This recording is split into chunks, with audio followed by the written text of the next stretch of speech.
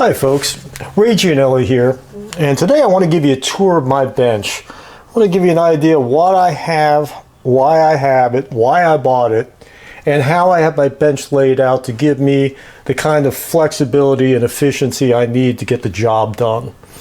So what you're looking at right now is a GPS discipline oscillator.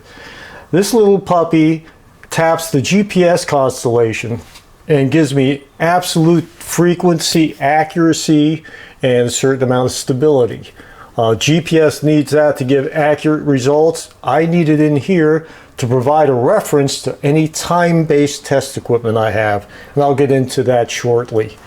The output of the GPS discipline oscillator goes down here and feeds a distribution amplifier. From the distribution amplifier, I go to my frequency counter, my synthesized signal generators, and what this does for me is I don't have to worry about frequency accuracy when I'm aligning an AM or FM tuner. I know my test equipment's good.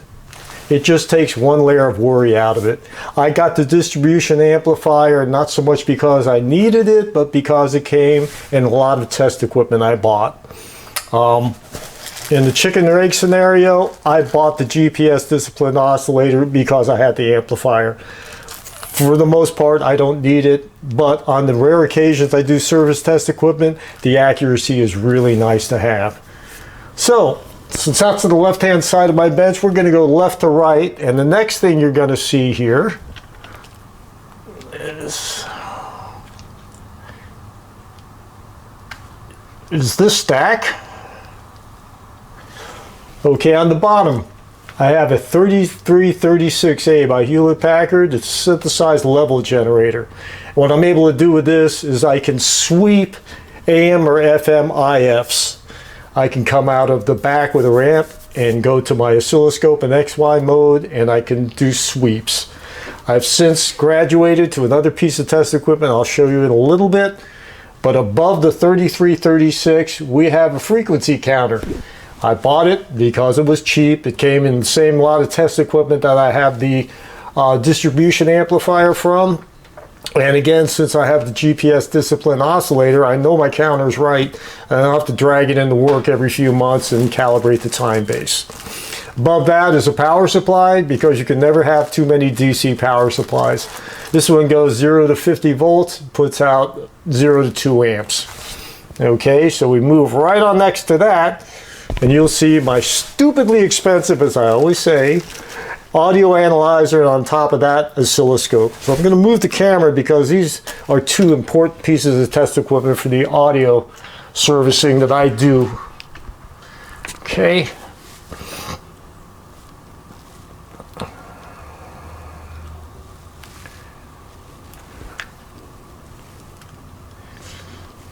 Now the oscilloscope is a Tektronix.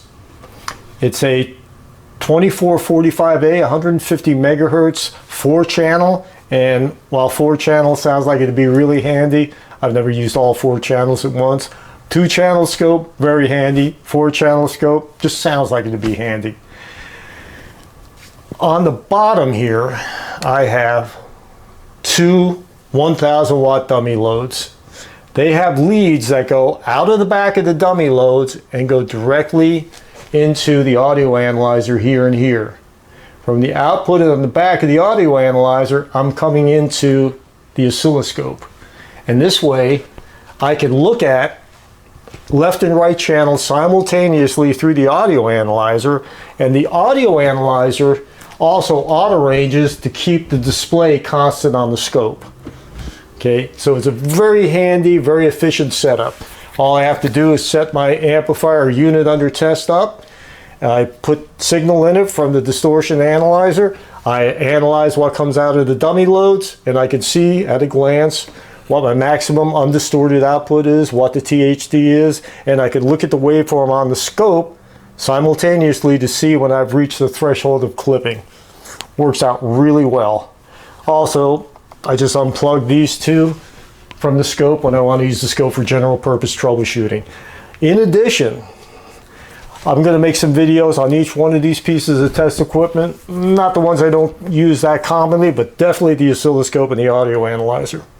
Okay, so moving over toward the right, we have, you guessed it, another DC power supply, 0 to 40 volts, 1.0 to 1.5 amps. Two Keithley meters. I have the 2015 THD 6.5 digit meter. And I have the 2700 multimeter / data acquisition system, which is essentially, for my purposes, just another 6.5 digit multimeter. I've got the Fluke 8920A true RMS voltmeter. Goes up good to 20 megahertz. And I have that simply because I found it in a recycling bin. I was able to repair it. Okay, so now moving over to here, I have my HP 8657A signal generator. RF signal generator goes from 100 kilohertz up to about 1 gigahertz. I use it for AM, FM. Overkill for that, does a great job. Highly recommended. And when I make a video on this, I'll show you why I believe it should be highly recommended. Above that, I have the Agilent 8904A. I use this for external FM stereo modulation going into the front of the 8657A. Directly to the right of that, I just have a simple Cronheit function generator. And when I'm troubleshooting something, I love to have a knob I can grab for amplitude. I always advocate having an old school function analyzer or just an audio sine wave generator for just this kind of testing. This does sine waves, square waves, ramps. I generally only use sine and square. Now above that, since I'm doing audio servicing, I have a preamp, and I'm going to go up a little bit here. DVD player and power amp, and that goes to each set of speakers here on the bench. And I need to show you my Patchbay. This is what makes it so usable. So instead of having a grope around on the back every time I want to test something, I have a Patchbay I put together here. So I have preamp, power amp, CD, auxiliary, and phono. Now if I want to run the CD player through the preamp, I just go from the CD player and jump her to an aux. If I just want to use the CD player for a unit under test, I unplug it here. Same with the preamp and power amp. I can tap into the preamp, or out of the preamp, sorry, and into the power amp, or I can patch them so I have the preamp connected to the power amp. And then over here, if you take a good look, I'm going to zoom in a little bit, I have left speaker, right speaker. These come from that power amp that's up top, and if you look closely underneath here, you'll see I have these fused because these are test speakers, and I have blown these fuses many times. I finally put these in after I blew a tweeter on one of my bench speakers. Those are the kind of lessons that stick with you. It cost me about $40, and I'm not doing that again. These fuses have probably saved me from any further damage. So now I want to show you a few pieces of test equipment that I have that are not on the bench but are handy to have. Okay, so let's drop this. Okay. And my workhorse. This is a Fluke. It's a 177 multimeter.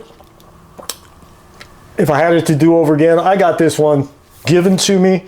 I wouldn't buy a Fluke simply because they're extremely expensive. You can get a great meter that does everything this Fluke does for a fraction of the cost. So I have the Fluke, and of course I have a couple of Peak Atlas units.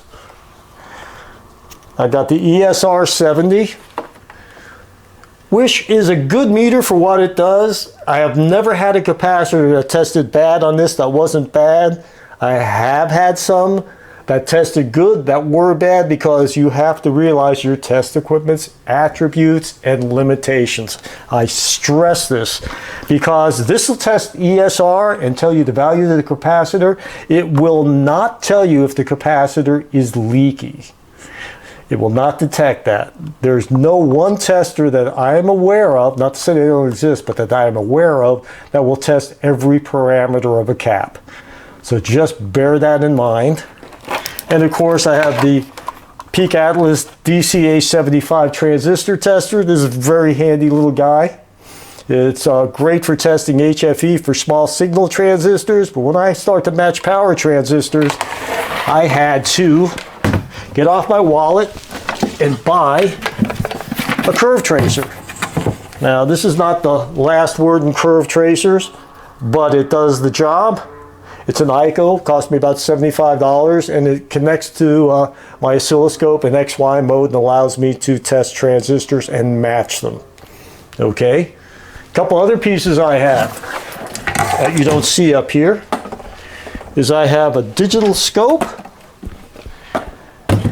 This guy was the OON. I selected this particular scope because it has 12-bit depth.